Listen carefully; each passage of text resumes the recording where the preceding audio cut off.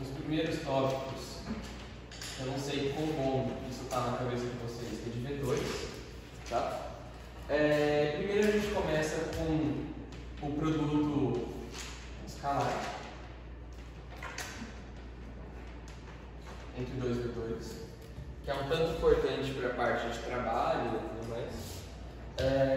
Bom, se você tiver dois vetores A e B, eles fazem um ângulo θ aqui entre eles, produto escalar simplesmente, né? Vocês já fizeram GA, é o módulo de A vezes o módulo de B vezes o cosseno do ângulo entre eles, tá? Isso é a mesma coisa também que você pegar o vetor A é, por exemplo, escrito como AX na componente X, AY na componente Y e AZ na componente Z, e o B é a mesma coisa. O produto escalar entre eles vai ser AX BX mais AY BY mais AZ BZ, se tiver em três componentes, né, claro, se tiver tridimensional. Tá. Isso daqui é parte básica de vetor. A gente tem também a decomposição de vetores, tá? A gente vai precisar usar bastante.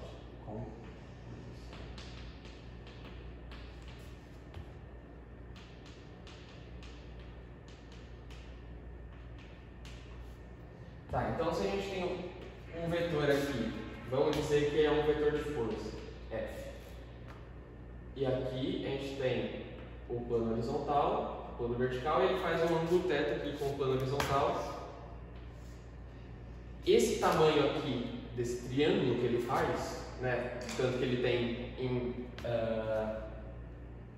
em vertical e horizontal, a gente vai poder escrever isso aqui como fx e um fy, a mesma coisa que tem naquele vetor, tá? E daí esse vetor ele vai poder ser escrito como fx na direção I chapéu mais fy na direção J chapéu, e a relação de fx e fy com f vai ser fx igual a f cosseno de θ e fy igual a f seno de θ. Tá? Aqui é só um módulo, né? Eu não estou tomando mais um vetor. Então fx e fy são só os módulos. Tudo bem, né? Vetor desafio. Agora a gente vai começar com a parte de cinemática.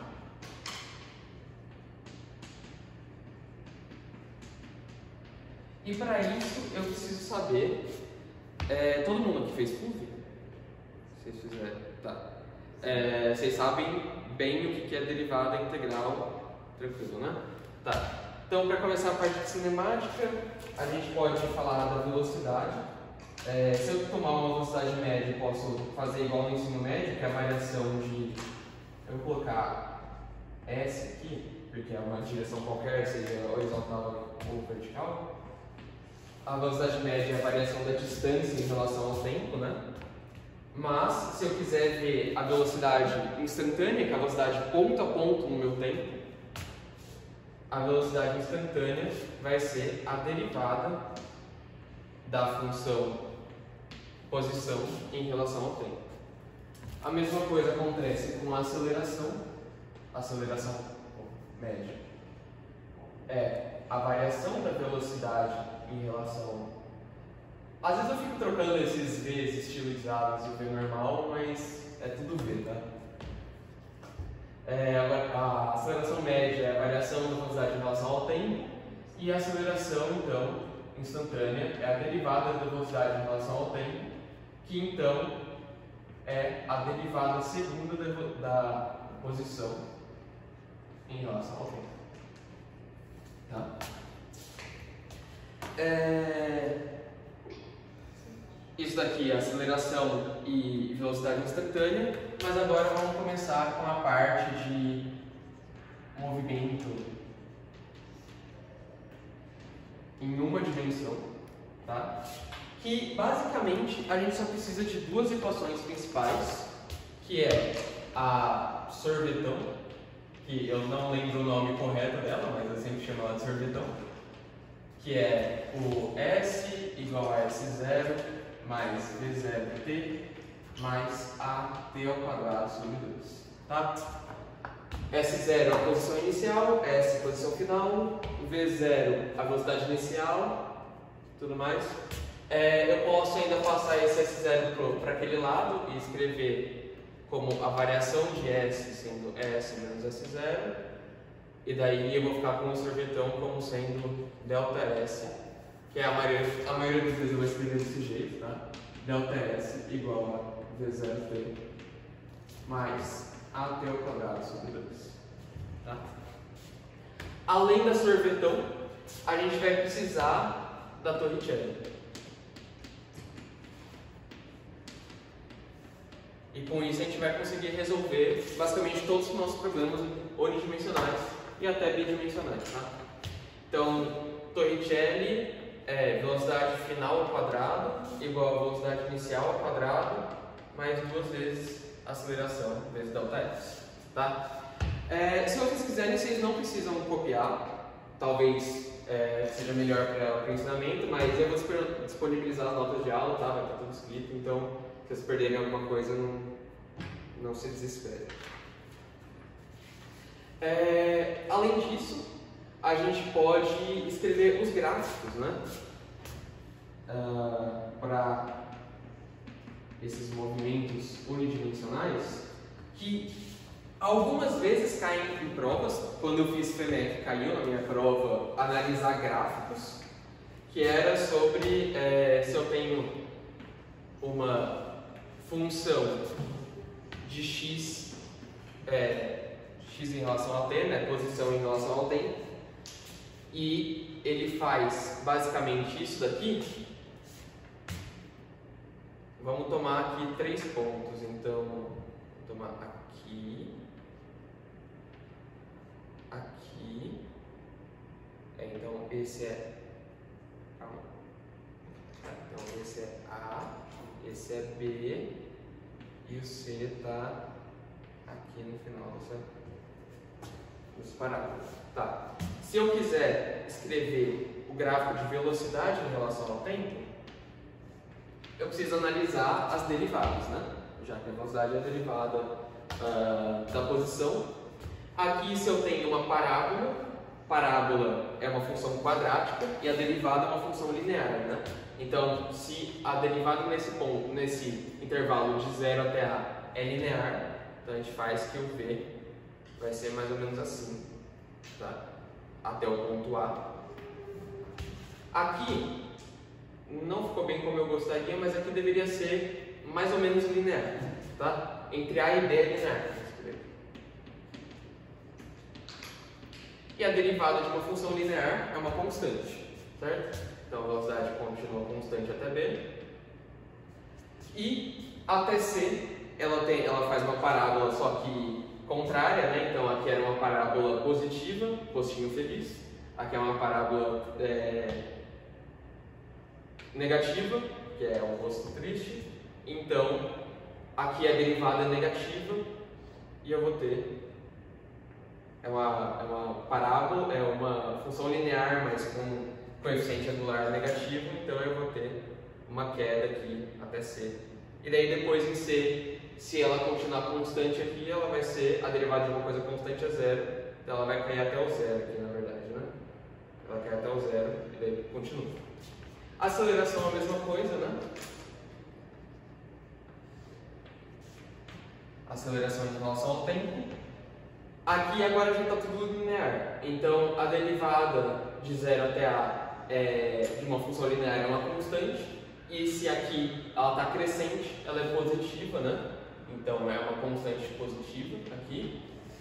De A até B já é constante, então a derivada é 0, então ele vai cair até 0 e até B. E aqui, de B até C, a derivada da função linear é negativa, né? Então é uma constante negativa, então aqui vai ser o C aqui, e daí depois ele vai voltar para o zero. Tá? Análise de gráficos normal, né? Tudo bem até aqui? Tranquilo? Agora eu vou falar de movimento que é exatamente a mesma coisa do que o em uma dimensão. Só que o que a gente vai fazer? A gente vai tomar que o movimento em cada dimensão é independente. Então, o movimento de x é independente do movimento de y. Então, a gente vai precisar, para cada equação ali, a gente vai precisar de duas equações. Então, a gente vai ter um ΔX igual a T0x, velocidade inicial de x, né? T. O T é comum para os dois movimentos. E daí a gente vai ter a aceleração em x, T ao quadrado sobre 2, ΔY igual a T0y, T mais AY, T ao quadrado sobre 2. A gente vai ter o tangente L também, que é velocidade final em x ao quadrado, igual a velocidade inicial ao quadrado em x também, mais 2ax ΔX. E a mesma coisa para y, tá? Então, com isso, vocês resolvem não qualquer, mas a grande maioria dos problemas em duas dimensões, que envolvem só translação sem a parte rotacional, tá? Então, para a parte rotacional, eu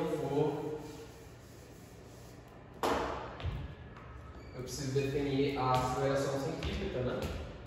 Então, para movimento circular uniforme, eu vou precisar definir que a aceleração centrípeta, que é, né, quando você tem um objeto se movendo aqui num círculo, a velocidade dele aqui é tangencial, né?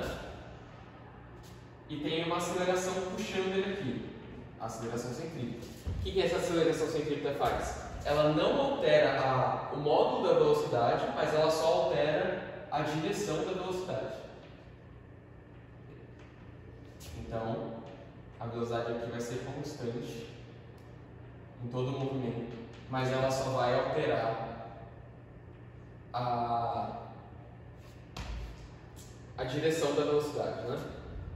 E daí a aceleração centrípeta, o módulo dela é v ao quadrado sobre r, sendo o raio do movimento circular. Tá?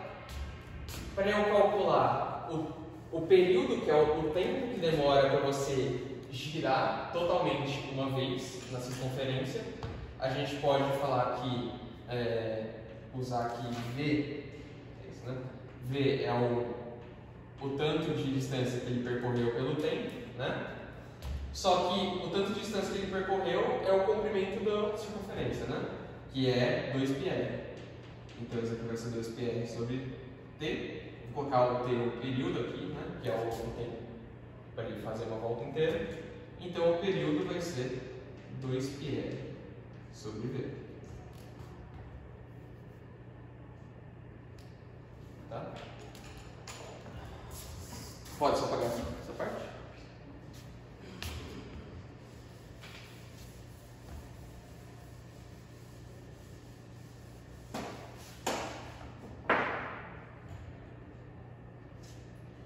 Tá, então agora a gente vai para forças.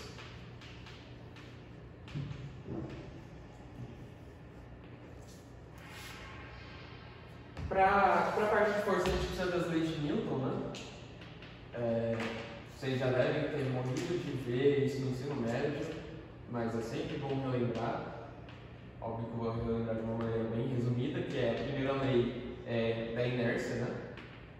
O corpo vai permanecer no estado que ele está, a não ser que a gente impõe uma força sobre ele.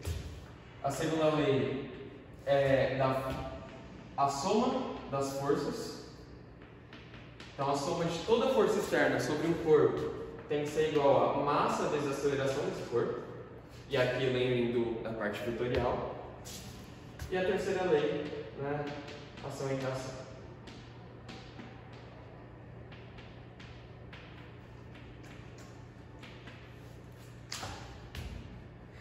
Tá.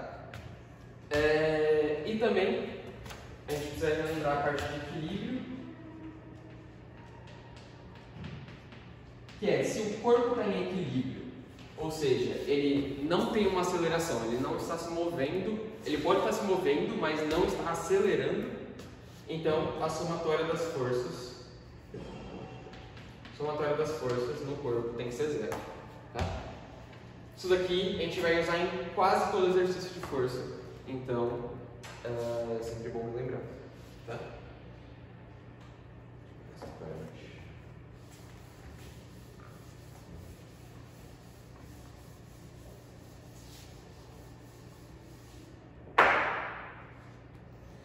A gente tem o atrito também, que eu já me escrevo como FAT. Ele, em sua o módulo máximo da força de atrito vai ser igual a N, a força normal, ou a força peso, né? Vezes o coeficiente de atrito. Por que eu digo que é o máximo possível? É que se ele não está exercendo o máximo, você não pode dizer nada sobre ele, a não ser que você faça o diagrama de corpo livre, encontre as forças e tudo mais para você encontrar o atrito. Se você está falando do atrito máximo, ele tem essa cara, tá? Mas se ele não está exercendo o máximo possível dele, então você não pode dizer nada sobre ele nesse ponto, tá? Teria que calcular ele pelo equilíbrio, pela soma de forças. E o atrito também é sempre contra o movimento.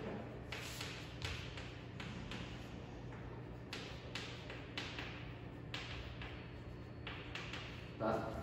Então, na maioria dos exercícios a gente vai dizer que o sistema está se movendo para um lado e vai colocar o atrito indo para o outro lado. Tá? Se a gente errar a nossa intuição de que para onde o sistema estava indo, a gente só vai errar o sinal na aceleração, alguma coisa assim, tá? Então essa parte não é crítica, mas o atrito está sempre contra o movimento.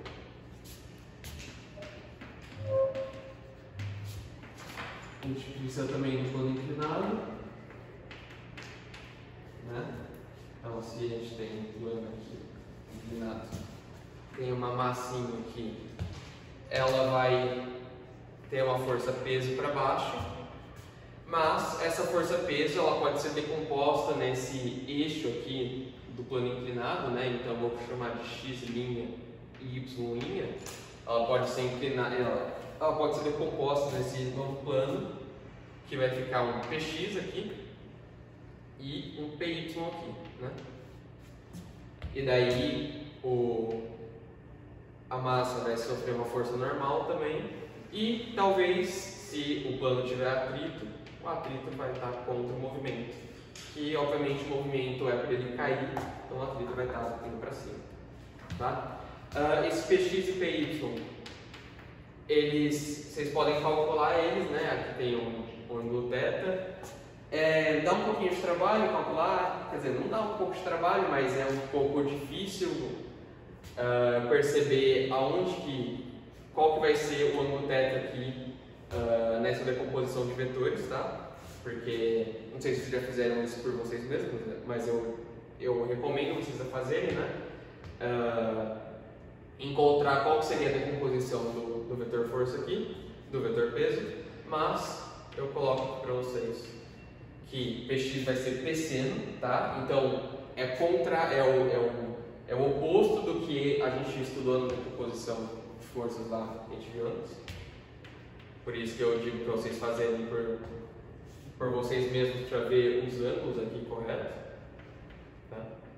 E o Py vai ser P cosseno de θ.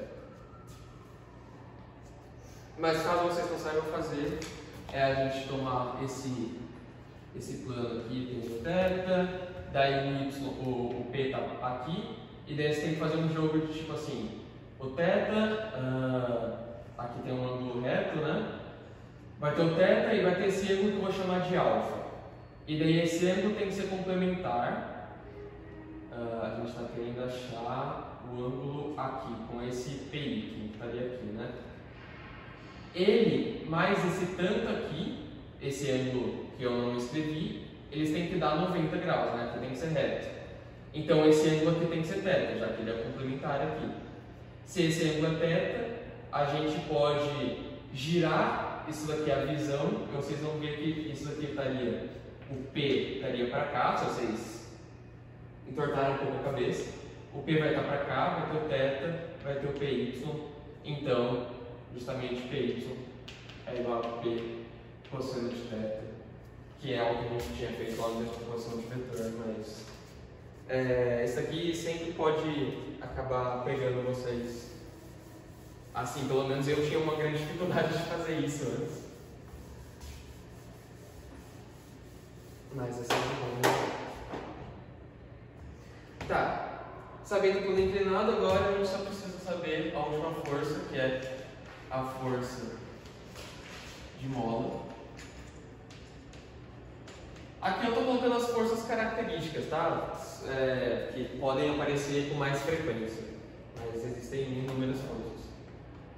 A força de mola, que é produzida por uma mola, né? Então, se a gente tem aqui uma parede, tem uma mola e tem uma massinha aqui, e essa massinha foi esticada, né? A mola, ela tem um ponto de equilíbrio, que é quando ela está estável, e daí se você puxa ela uma distância aqui x do ponto de equilíbrio, a força que ela vai fazer, a força que a mola vai fazer no corpo aqui vai ser menos kx, em que k é a constante da mola e x é o deslocamento, né? Então percebam que tem esse sinal de menos que vai falar que sempre está contra o movimento da massa, né? Então se a massa é puxada para cá, a mola vai fazer uma força para lá.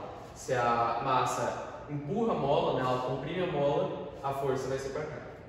Vai ser sempre o contrário. Tá, então, chegando quase no final da nossa revisão, a gente vai falar da energia, né, vários tipos de energia. A gente tem energia cinética,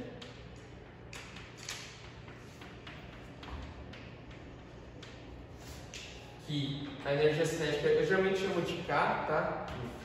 Porque alguns livros colocam, mas se quiser colocar EC aqui também pode ser. A energia cinética é 1/2 de mv². Tá? Então tem um corpinho aqui, uma partícula, ela tem uma massa m, ela se movimenta com uma velocidade v. A energia cinética dela vai ser mv², tá? Tranquilo. Esse v é o módulo v², tá? Então se a partícula tem uma decomposição aqui, né? Tem tipo vx, vy, você vai tomar o módulo v, que é o módulo do vetor aqui, né? Então v vai ser a raiz de vx² mais vy². E daí isso você vai colocar dentro da energia cinética, tá? Que é o módulo da velocidade de contato.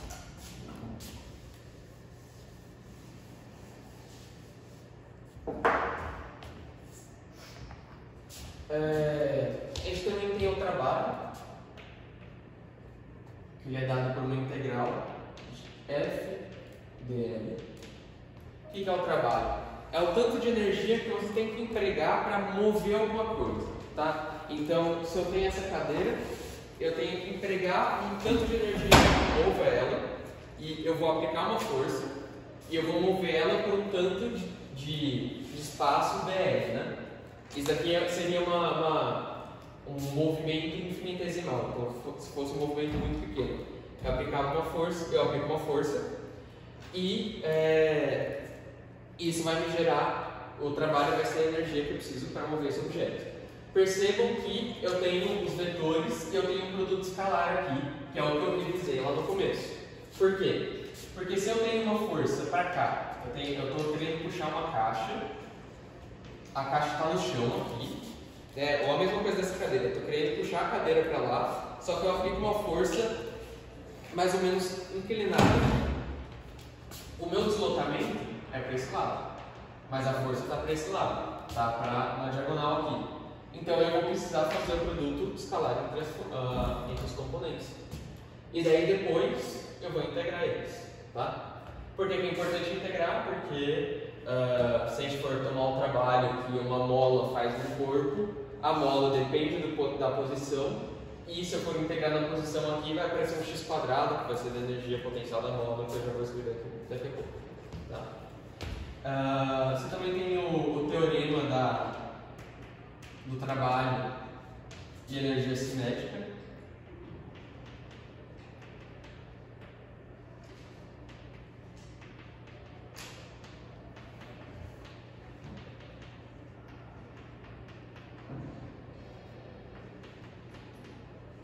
que diz que o trabalho empregado para mover o objeto vai ser igual à diferença de energia cinética que eu vou empregar naquele objeto, tá? Então ele está na velocidade inicial, eu vou dar energia para ele, ele vai ficar na velocidade final e a diferença dessas energias vai ser o trabalho, tá?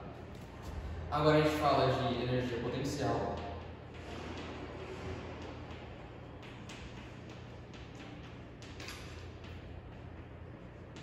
E aqui eu vou colocar a gravitacional, que a gente denota geralmente por U, que é igual a mgh, né? Então, se eu tenho o chão aqui, ou aonde eu tomei meu ponto de energia zero, e eu tiver uma massinha aqui em cima que eu estou segurando, né? Por exemplo, esse giz tem uma energia potencial, que é proporcional à altura que ele está e à massa dele e a aceleração da gravidade.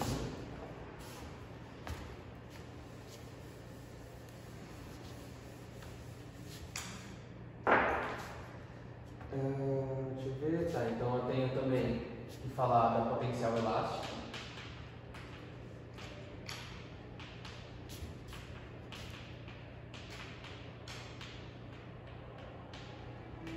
Que é a energia potencial da mola, né?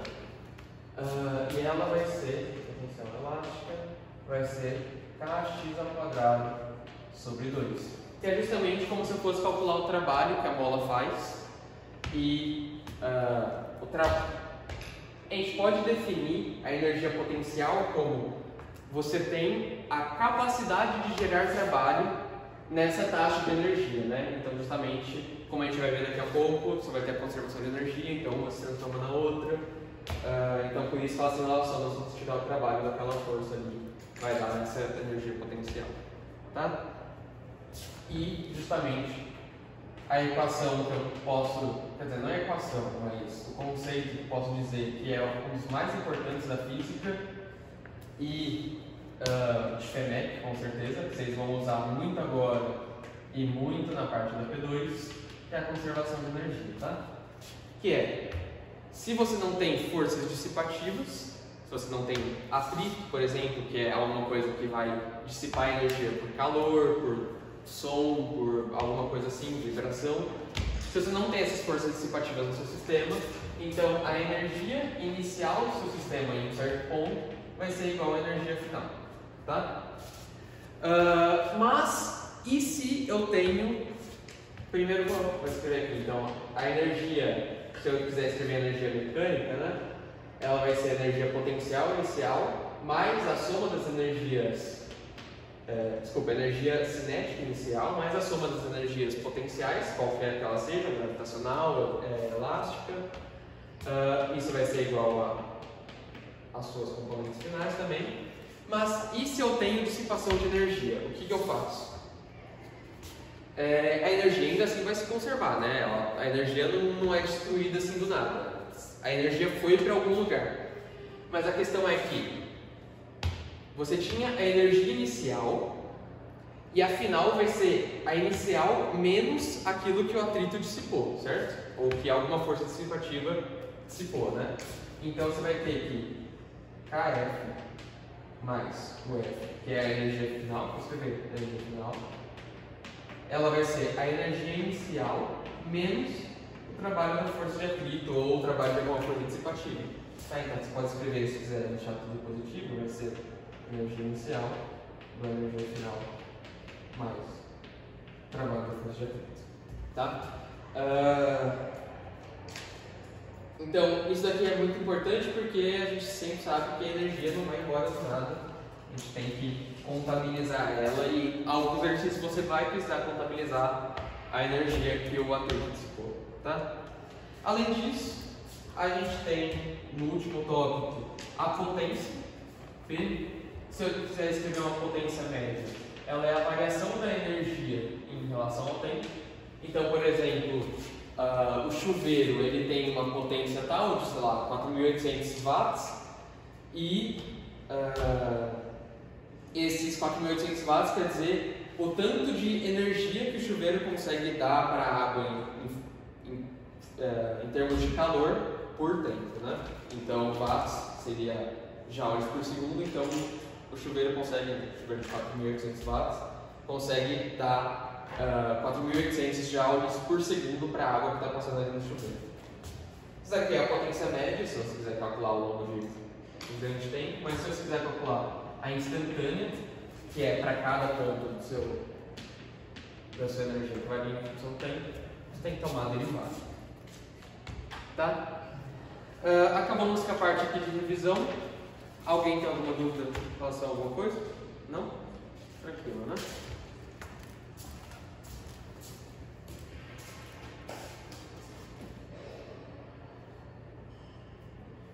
Que horas são? Não tem nem. 4 e 6. Ah, tá. Tranquilo. Então não passou muito tempo.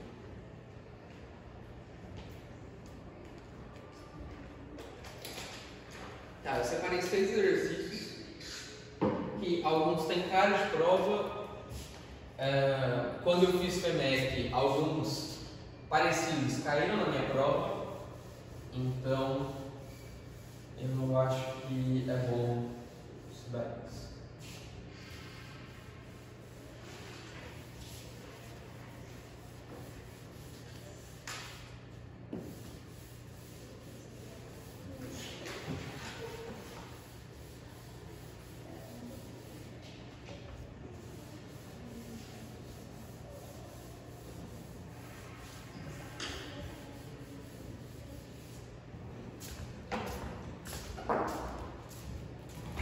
Tá, vamos pro primeiro aqui. Exemplozinho simples. Eu acho que vocês já fizeram alguns desses em listas de exercício, alguma coisa assim, né? Mas que quando eu fiz a P1 caiu um exercício muito parecido com esse na minha prova.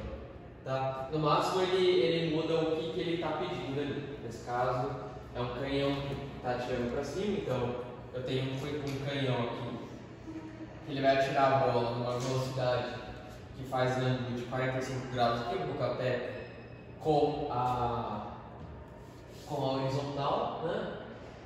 E daí ele pergunta qual a distância que ele vai chegar. Então, por exemplo, o canhão vai atirar aqui, isso daqui vai fazer uma parábola, e ele vai chegar aqui, e ele está pedindo essa distância, que eu vou chamar de ΔX. Tá? Então, para isso, a gente vai usar as equações de movimento em 2D, que são as mesmas do 1D, né? Então, eu vou escrever elas aqui. X de uma vez é xt mais a ao quadrado sobre 2. Δy igual a v0 yt mais a ao quadrado ax e y sobre 2. Tá, beleza.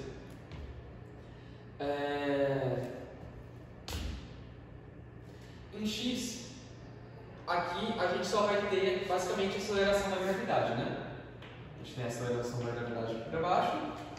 Em x, você não tem nenhuma aceleração. Se você não tem a aceleração, esse termo é zero.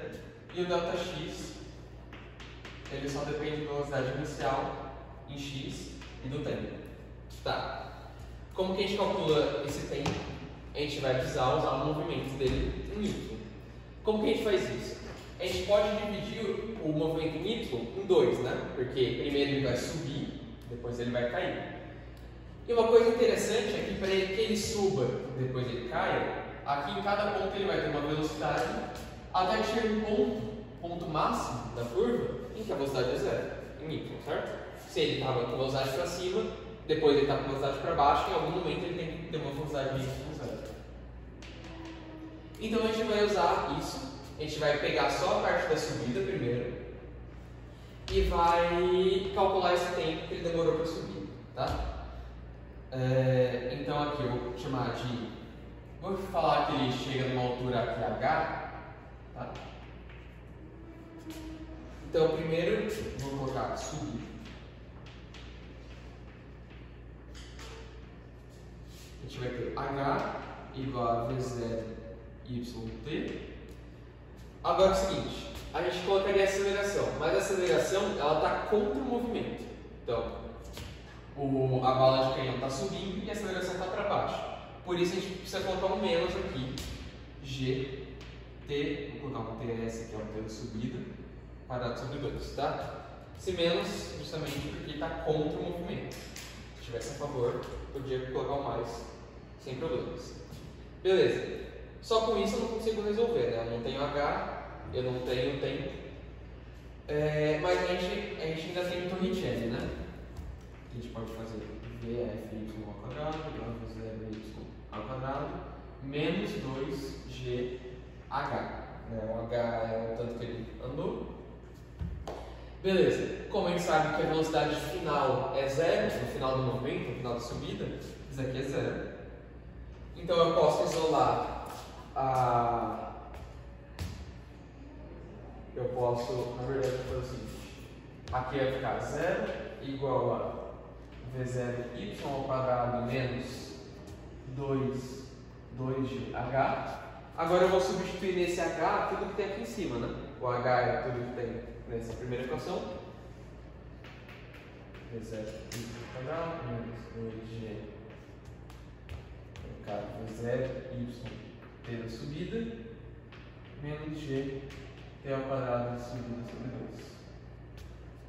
Então isso vai ficar 0 igual a V0y ao quadrado menos 2G V0y t da subida menos, aqui vai ficar esse 2 corta com esse 2, vai ficar G ao quadrado ts ao quadrado.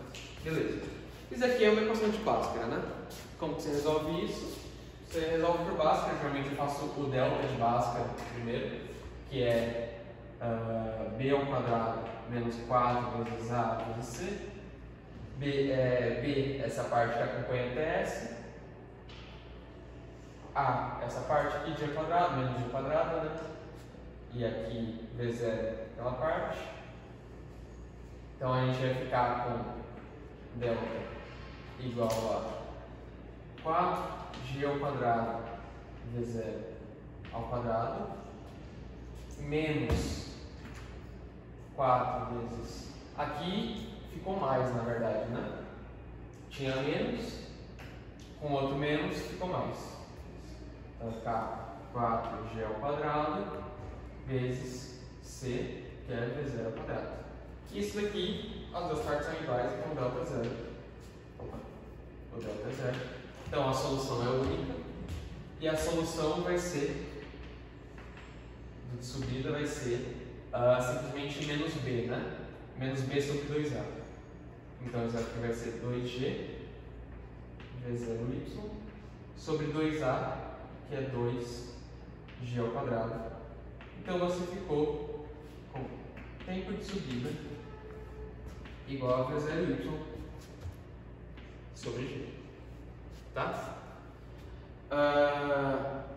A gente pode encontrar v0y fazendo justamente a decomposição, né?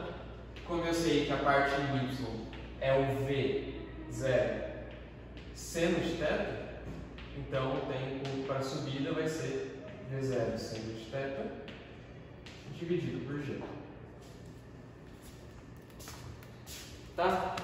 Sabendo disso, a gente consegue saber uma coisa muito legal, que se o sistema tem simetria, então ele saiu da mesma altura, saiu do chão e voltou para a mesma altura, o tempo de subida é igual ao de descida. Tá? Então, vou colocar se tem simetria, então o tempo de subida é igual ao tempo de descida. Tá? Se vocês quiserem, vocês podem calcular o tempo de descida, para vocês verem que é igual. Só tem que lembrar que para a descida, a aceleração vai estar a favor do movimento. Então, aqui o sinal que antes era negativo, vai ser positivo. Tá?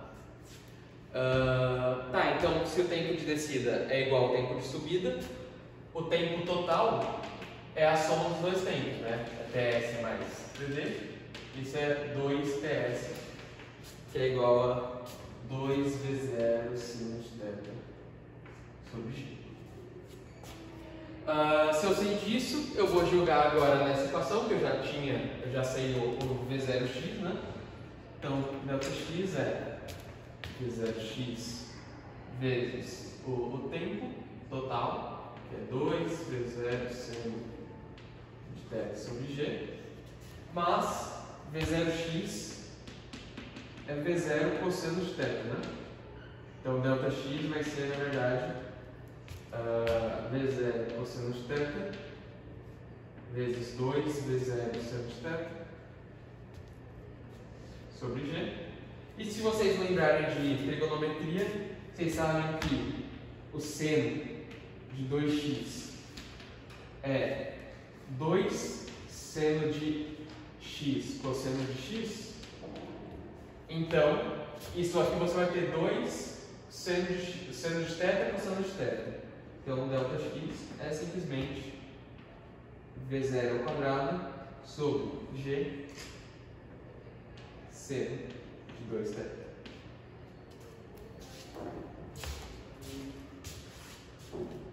Beleza?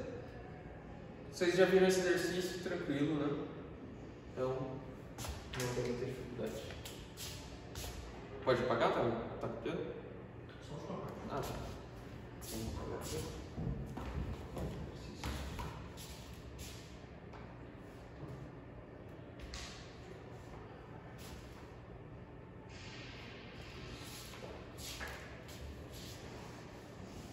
Tá, agora a gente vai fazer o caso que não é simétrico essa parte, né? Ele não sobe e desce para a mesma altura. Então, portanto, a gente não pode falar que o tempo de subida é igual ao de descida.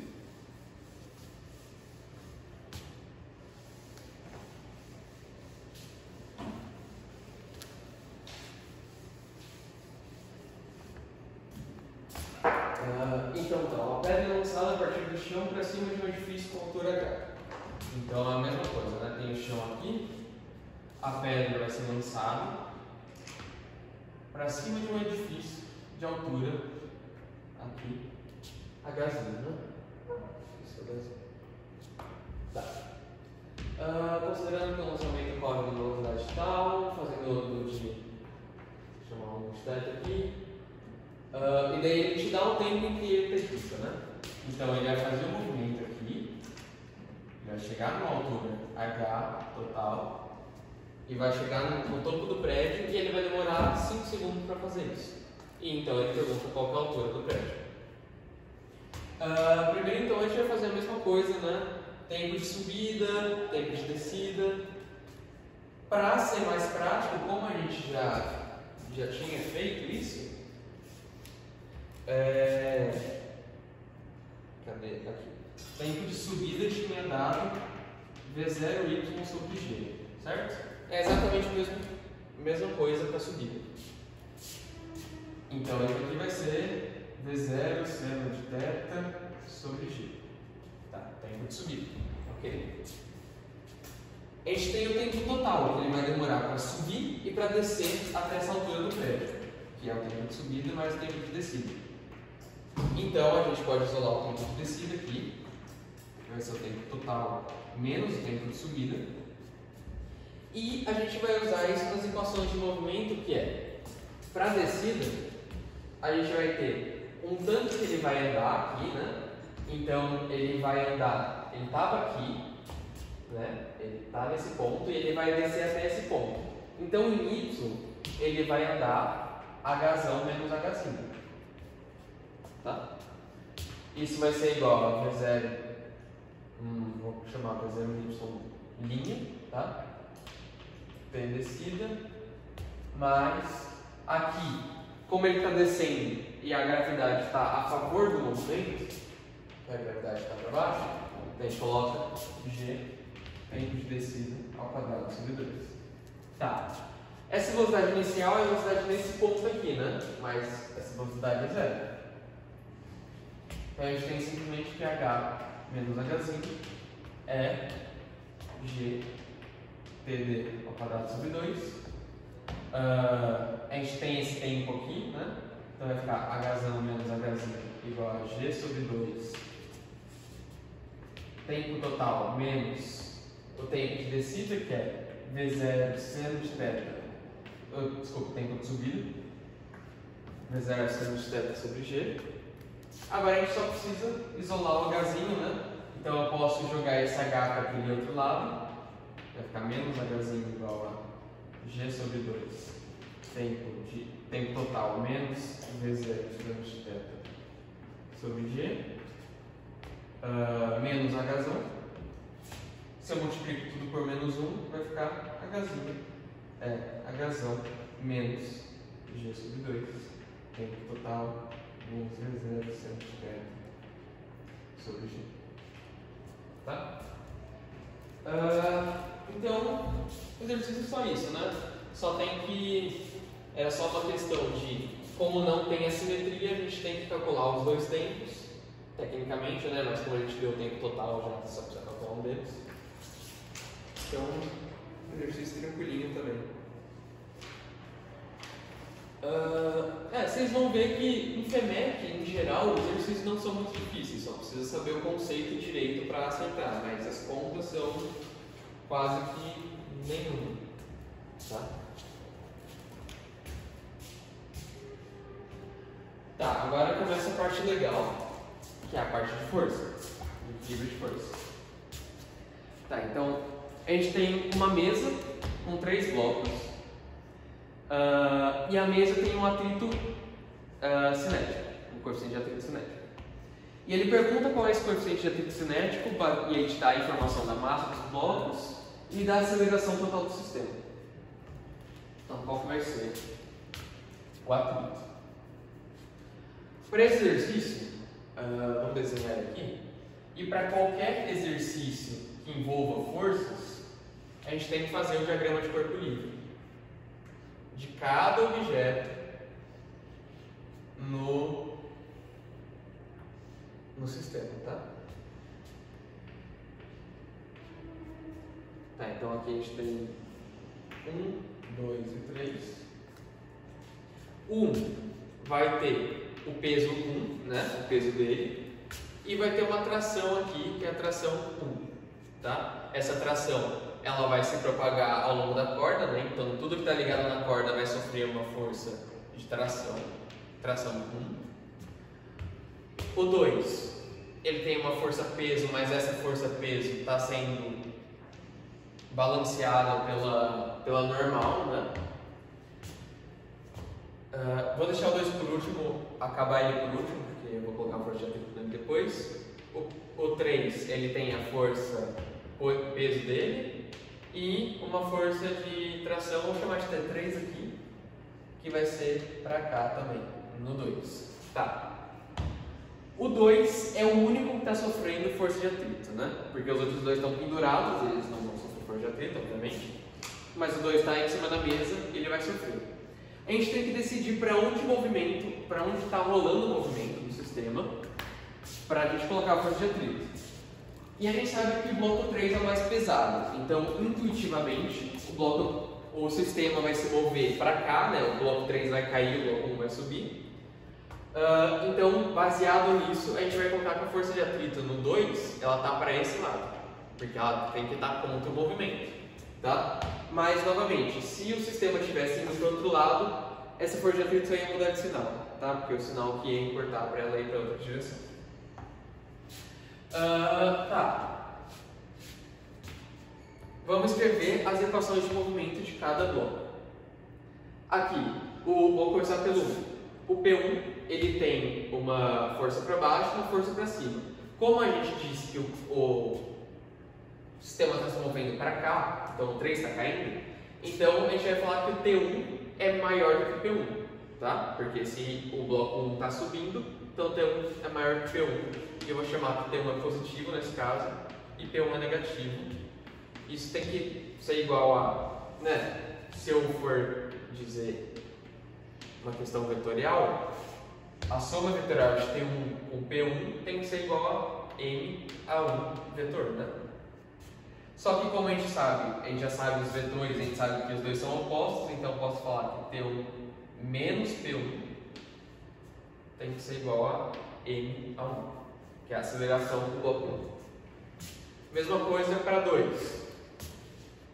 Eu vou ter T3, que seria o positivo nesse caso, menos T1 menos força de atrito, isso é igual a, aqui é M1, né? Aqui M2 A2, e para o 3 vai ter P3 menos T3.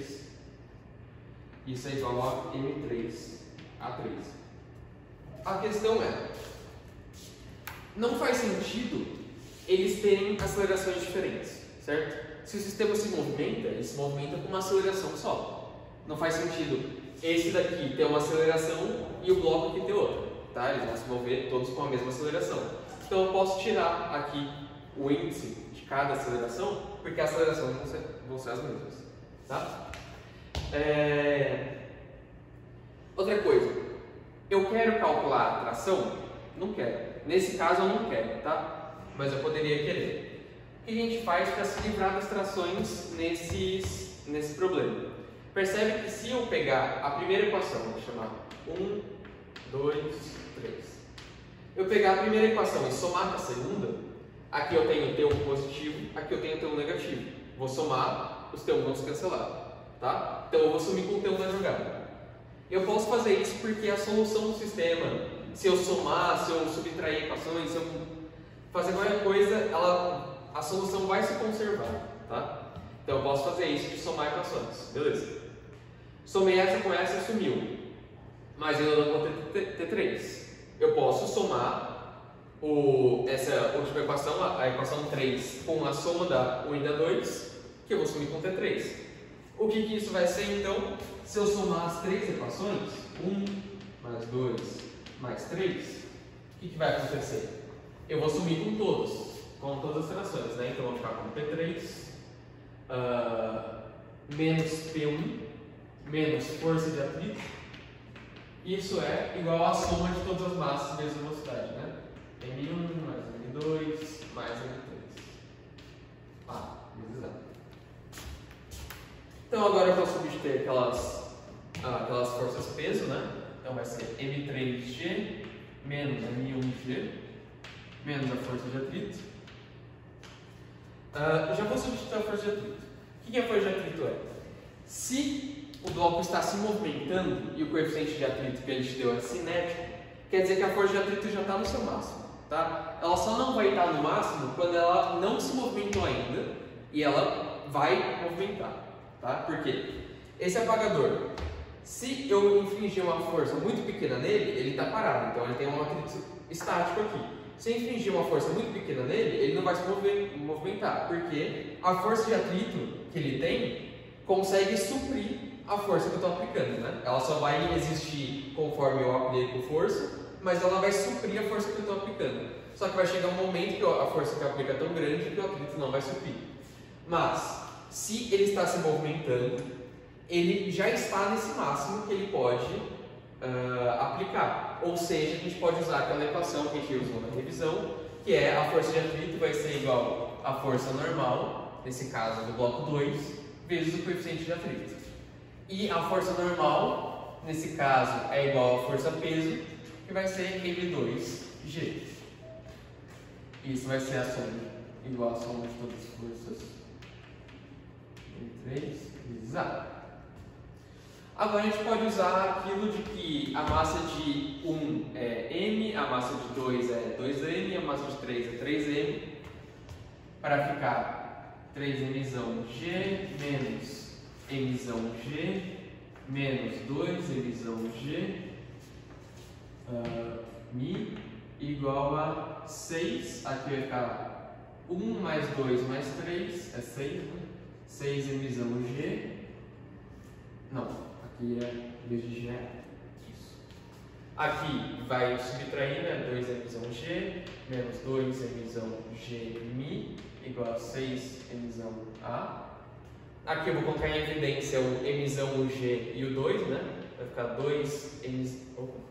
2Mg. Aqui vai ficar 1 menos Mi igual a 6MA. Não, na verdade eu não preciso fazer isso porque ele pergunta o coeficiente. Se ele pergunta o coeficiente, eu posso jogar esse daqui para esse lado, né? Então vai ficar 2Mg Mi negativo aqui, né? Igual a 6MA menos 2Mg. Tá, agora eu posso colocar em evidência o emissão. Na verdade, tudo aqui já tem emissão, então eu posso cortar, né? Isso aqui tem emissão, isso aqui tem emissão, isso aqui tem emissão, posso cortar. Então eu vou substituir, eu vou dividir os dois lados por menos 2g. Então eu vou ficar com mi é igual a, aqui vai ficar menos 3a sobre g mais 1. É isso. Então esse vai ser o coeficiente de atrito cinético do sistema, tá? Tudo bem essa parte que eu fiz? Então, foi um exercício que não envolveu muita conta, mas o conceito é: você vai fazer a equação de movimento para cada um dos blocos e você vai saber que a aceleração tem que ser igual para cada um deles. E daí você vai só resolver esse sistema linear. O jeito que você resolve, se quiser isolar T1, daí substitui T1 aqui, depois isola T3 aqui nessa equação, substitui, tanto faz. A forma que você resolve não importa, eu só resolvi da forma mais rápida que eu achei. Tá? Alguma dúvida do exercício? Tranquilo? Então tá. Eu não estou substituindo os valores, mas tem os valores aqui já, né? Então eu acho que não preciso substituir. Mas de qualquer jeito, tem nas notas de aula, tá?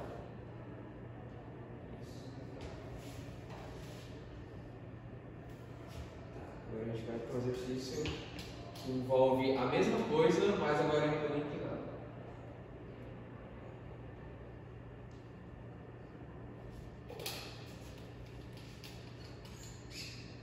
E novamente, um exercício de força desse jeito vai cair para vocês, eu não tenho dúvida, tá? Uma coisa muito importante que provavelmente vocês ganham ponto fazendo na prova, geralmente vocês fazem o máximo que vocês sabem da prova, tipo assim, sem desenhar a força que está sendo aplicada. Faz isso porque às vezes, se você pega um professor de bom coração, ele vai dar uns pontinhos, tá?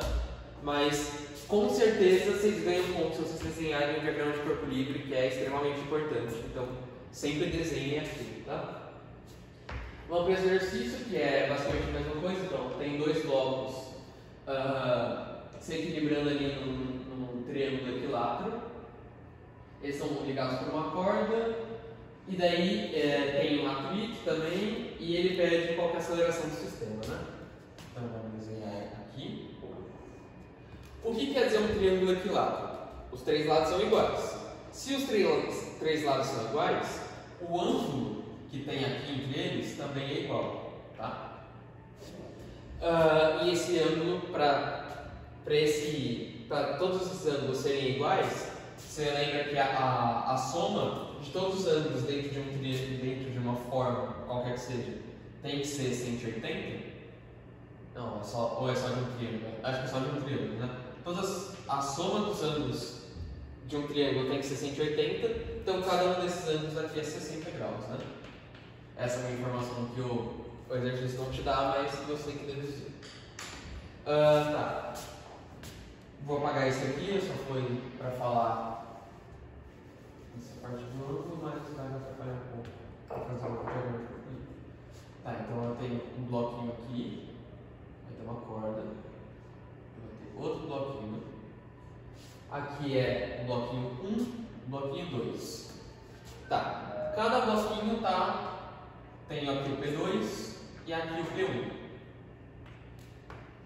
Eu vou dividir cada um deles nos seus respectivos eixos, né? Então eu vou fazer um eixo aqui de x' e y', e aqui eu vou fazer um eixo de x duas linhas e y duas linhas, né? Tanto faz, eu só vou falar. Isso só quer dizer que eu vou decompor nesses px e py, né? Então aqui vai ser o x2, vai ter o py2, vai ter a normal 2, vai ter a tração. A tração, se você está envolvendo um fio só, ela é sempre a mesma, né? Aqui a gente dividiu as trações porque envolviam dois fios. Mas como é um fio só, a tração aqui é a mesma, a tração aqui é a mesma também, eu vou ter um px1, px2, outro que é py1, né? Normal 1. A questão é que eles vão se movimentar e eles têm atrito, tá? Então, o que eu faço para decidir para onde eles vão se movimentar é ver qual que é mais pesado. Que nesse caso M1 tem 5 kg, M2 é o dobro. Então, provavelmente o sistema vai se movimentar para M2 cair e M1 subir. Se o 2 cai e o 1 sobe, e a força de atrito está contra o movimento, então a força de atrito vai estar aqui para cima. Então, vai ter uma força de atrito 1, não, que é 2, e aqui vai ter uma força de atrito 1. Tá, eu sei que fica um pouco confuso esse tanto de forças no desenho. Eu até usaria outro X, mas aqui a lousa não pega direito no vídeo, então eu vou usar só o branco, tá? Mas nas notas de aula tudo feito coloridinho, bonitinho. Tá. Então agora a gente vai escrever as equações de força de movimento para cada um dos blocos, né? Então vamos começar com aqui. Tem uma força para cá. Eu vou ignorar PY2 e N2 porque o bloco ele não está se movimentando nesse eixo, né? Ele não está indo nem para lá nem para cá. Então elas se complementam, elas são iguais, só que em direções diferentes, em sentidos diferentes. Então você não precisa colocar elas na equação de movimento. Só vai colocar o px, o PI e a força de atrito.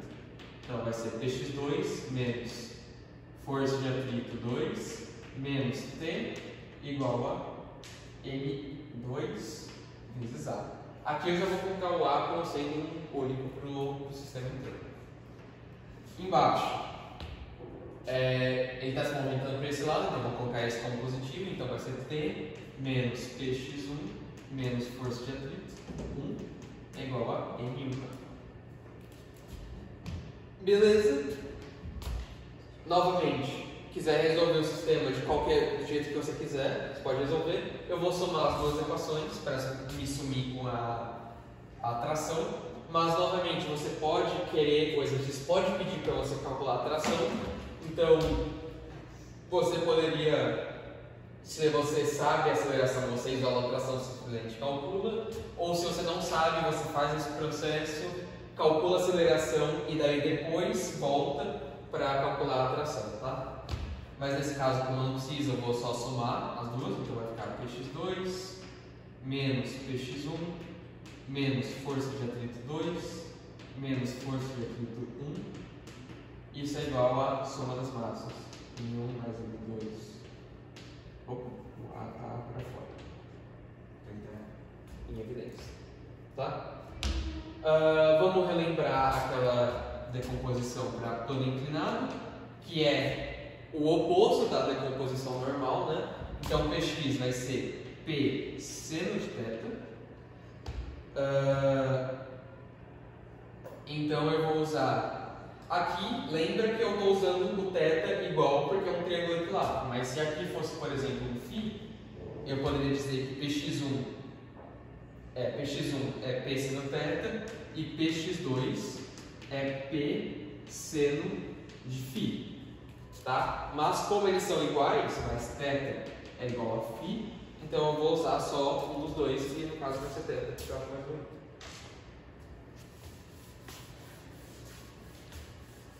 Para vocês tudo bem eu falar essas letras gregas, vocês têm familiaridade, né?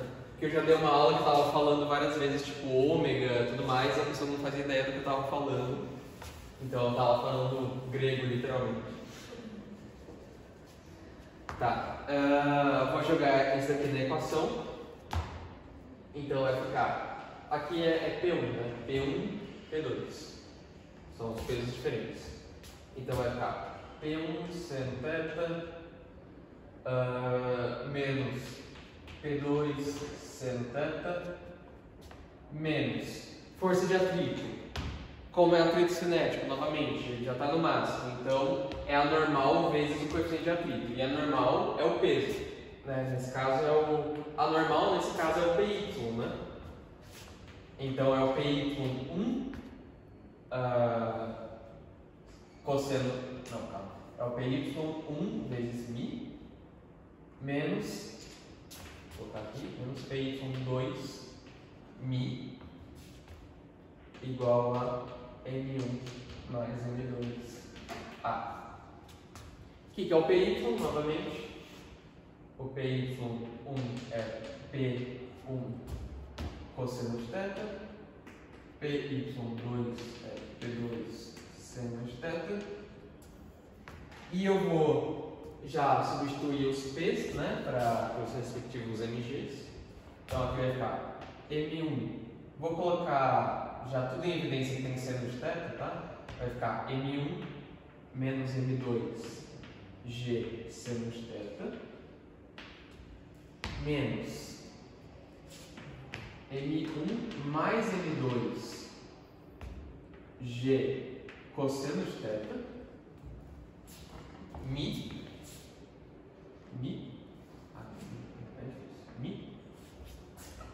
tá? Isso é igual a M1 mais M2 vezes A.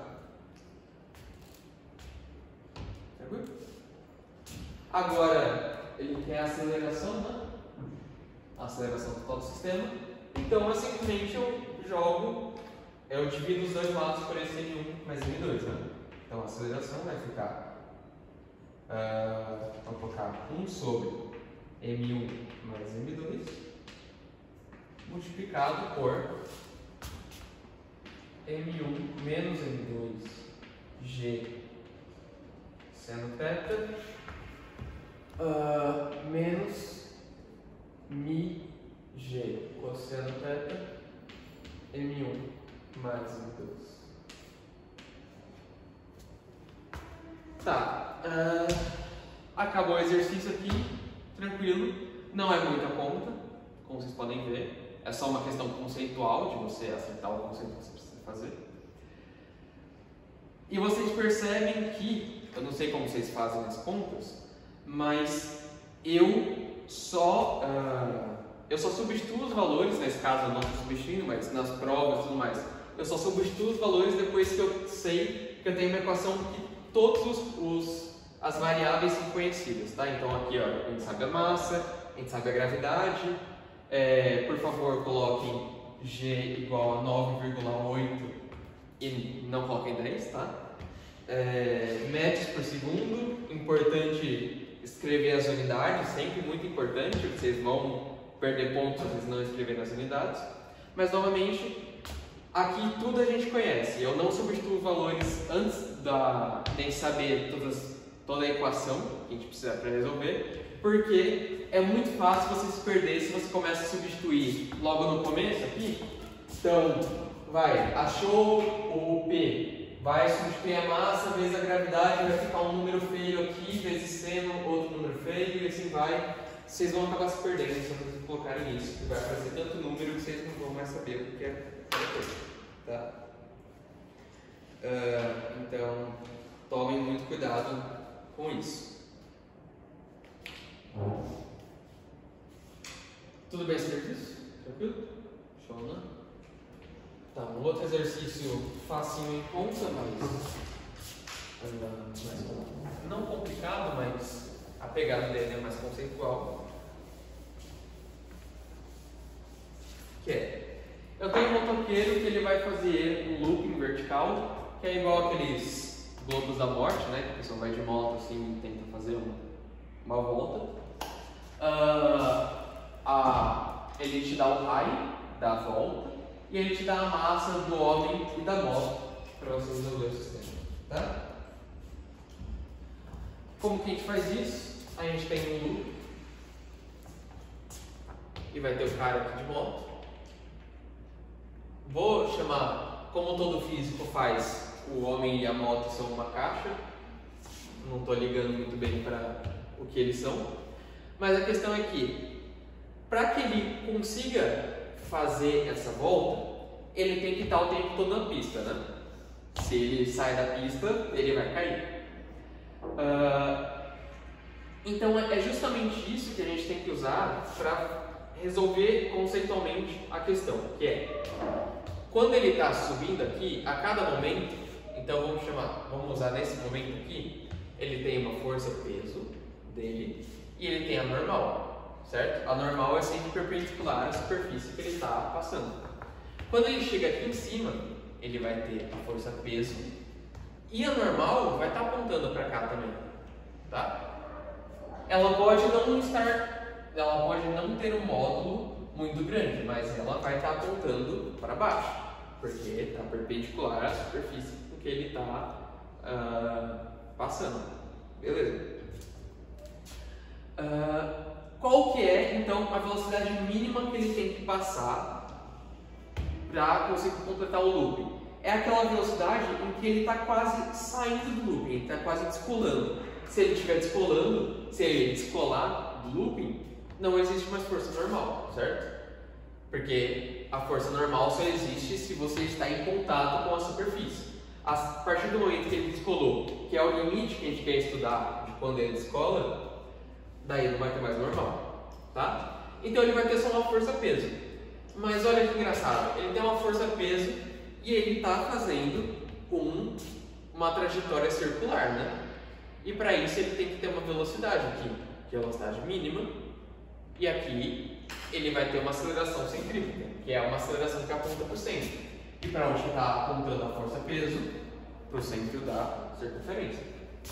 Então, a gente pode falar que a força-peso, nesse caso, ela tem que ser igual à força centrípeta que o homem vai sofrer, tá? Para completar essa trajetória circular. Então, a gente vai ter que a massa do homem, aqui no caso a gente tem que colocar a massa do sistema, né? Que é a massa do homem, vou colocar mH, mais a massa da moto, vezes a gravidade. Isso tem que ser igual a força centrípeta, que é justamente a massa do homem mais a massa da moto, vezes a aceleração centrípeta. Então a gente percebe que se os dois lados têm a mesma coisa, elas podem ser canceladas. Então a gente fica aqui, a gravidade é simplesmente a aceleração centrípeta. Mas a aceleração centrípeta é a velocidade ao quadrado sobre L. Nesse caso a gente está tomando a velocidade mínima, né? Então vamos colocar um M aqui, que é de velocidade mínima. Então se eu isolo essa velocidade mínima ao quadrado, isso vai ser RG. Então, a velocidade é raiz de RG, a velocidade mínima, né? Então, o homem, junto com a moto, eles precisam ter essa velocidade para que eles consigam completar o loop. E essa velocidade nem vai ser tão grande ali, vai ser tipo uns 40 km por hora, se eu não me engano. Então, não é uma velocidade tão grande, não é tão difícil completar esse loop, tá? Um exercício que ele simplesmente explorava você igualar a força, uma força aqui, a aceleração centrípeta que o corpo vai sentir, mas é bem facinho, né? Ele só trata a parte conceitual, que eu acho que é uma parte importante a gente lembrar disso, por mais que as contas não sejam difíceis, tá?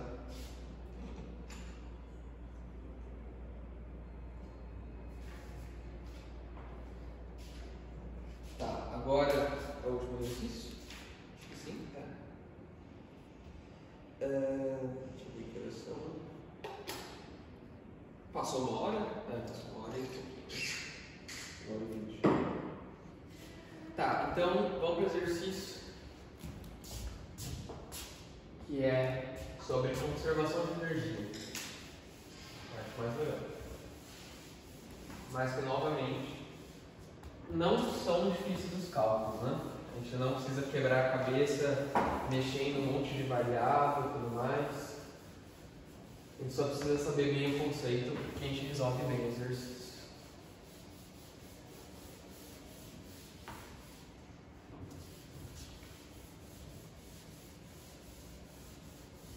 Então vamos lá.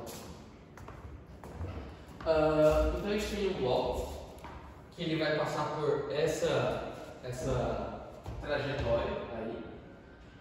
Inicialmente ele não tem velocidade, ele vai ser liberado a partir do repouso para fazer essa trajetória. E ele pede então a velocidade do bloco em cada ponto, tá? Então vamos começar. Primeiro ali, O bloco saiu do repouso, certo? Se o bloco saiu do repouso, a gente pode falar que a velocidade inicial dele, ponto A é 0, né? É de onde ele saiu. Tá, mas que informação mais a gente tem do ponto A? A gente tem que a energia do ponto A é simplesmente uma energia potencial gravitacional, né? Porque ele não tinha velocidade, então ele não tinha energia cinética, mas ele tem uma energia potencial. Se a gente tomar o nosso zero aqui embaixo, né, no ponto mais baixo da trajetória, essa vai ser a energia potencial dele, que vai ser mgh1. Beleza. Vamos ver para o ponto B.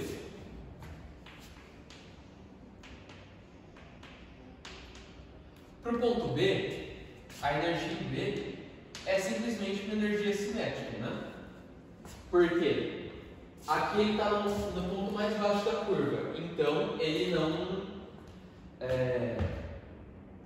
não tem energia potencial, então toda a energia dele é cinética. A questão é que entre A e B ele não sofreu nenhuma força dissipativa, não teve nenhum atrito, nenhuma resistência do ar, nem nada que fizesse ele perder energia. Se ele não perdeu energia, a energia de A é igual à energia de B. Regra de conservação de energia. Se a energia de A é igual à energia de B, então a gente vai ter que o KB é igual à energia potencial em A. Então, meio de mVB ao quadrado é a mesma coisa que mgh1. Corta os m's, VB ao quadrado é 2gh1, VB é raiz de 2gh1. Beleza? Tá. No ponto C.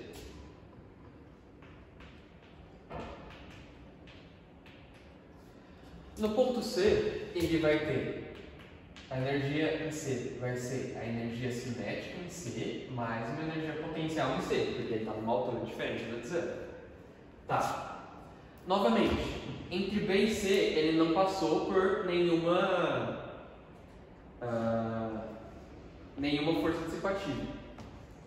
E entre A e C também não, né? Mesma coisa. Eu posso fazer então a conservação de energia de C com A ou com B, tanto faz. Eu vou fazer com A porque a equação aqui é mais simples, né? Então a energia em C tem que ser igual a energia em A. Então o UA tem que ser igual a KC mais o C. Então eu vou ter mgh1 é igual a meio de mvc ao quadrado mais mgh2, certo? Isso. Então, meio de...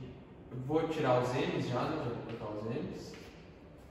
Meio de vc ao quadrado é igual a gh1 menos h2. vc, então, vai ser raiz de 2gh1 menos h2. Beleza? Resolvemos a velocidade de C. De C para D, agora, ele está passando por uma superfície que tem atrito. Então tem força dissipativa. Ah, que pena, a gente não pode mais usar conservação de energia? Não. A gente pode, na verdade. Porque a gente vai fazer a consideração do atrito. É só a gente fazer a consideração de quanta energia o sistema perdeu pelo atrito. Tá? Então, a energia no ponto D é uma energia cinética em D, mais uma energia potencial em D. Beleza? E essa energia em D, ela vai ser igual à energia em C menos o tanto que ela perdeu pelo atrito, né? Trabalho do atrito. Então, aqui, KB mais o D é igual a KC, eu vou colocar só energia em C menos atrito. A gente precisa calcular esse atrito então, força de atrito. Né? Primeiro, a força de atrito, qual que vai ser? Novamente, se o atrito é cinético, se o objeto está se movimentando, o atrito já é máximo. Então, a gente pode usar aquela equação de NMi. Tá? Então, isso é mgmi. O trabalho. O trabalho é a integral de força vezes deslocamento. Tá? A força depende do deslocamento? Não. Então a força é uma constante nessa integral. O produto escalar, aqui nesse caso, a força de atrito está indo para esse lado e o deslocamento está indo para esse lado, né? O atrito e o dr. Então vai aparecer um sinal negativo, mas eu já estou fazendo a parte do sinal negativo aqui, eu já estou contabilizando o sinal na mão, então eu não preciso me preocupar com o sinal aqui. Se a força é uma constante nessa integral e ela pode sair para fora da integral, eu vou ficar com simplesmente força integral de dl, e o dl vai de 0 até L, então isso aqui é simplesmente a força vezes o L. Força de atrito, no caso, né? E se é força de atrito vezes o L, então o trabalho da força de atrito é mg mi L. Tá. Então eu tenho isso aqui. Beleza. Esse EC eu posso substituir pela energia cinética em C mais energia potencial em C. Mas eu posso também substituir pela energia em A, que é uma equação, é uma forma mais fácil, né? Então eu vou ter aqui KD mais, eu vou substituir tudo aqui, né? Meio de MD ao quadrado mais MGH2, né? H2. Isso vai ser igual a, como eu vou substituir pela energia em A, isso é MGH1 menos trabalho da força de atrito, MG-ML. Cortar todos os M's, a gente não vai precisar da massa nesse exercício. Isolar essa parte aqui, então vai ficar meio de VD ao quadrado é igual a, tudo tem G, vai ficar H1 menos H2 menos ML. Então eu vou isolar esse VD aqui, vai ficar VD ao quadrado é 2G H2 menos H1, não, desculpa, H1 menos H2 menos ML. Então o VD é a raiz disso, né?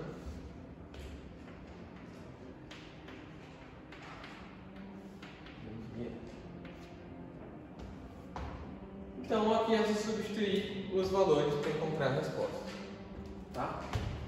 Exercício tranquilinho. Tem muita cara de prova esse exercício, tá? Então, por mais que seja tranquilo, é só saber o conceito de conservação de energia, mas vocês sabem, então acho que vai ser tranquilo a prova para vocês. Tá? Acabaram os exercícios que eu pretendia fazer, mas se vocês quiserem ajuda em algum, que eu posso ajudar agora, é só falar. Tá? Então, se quiserem, a gente acaba por aqui.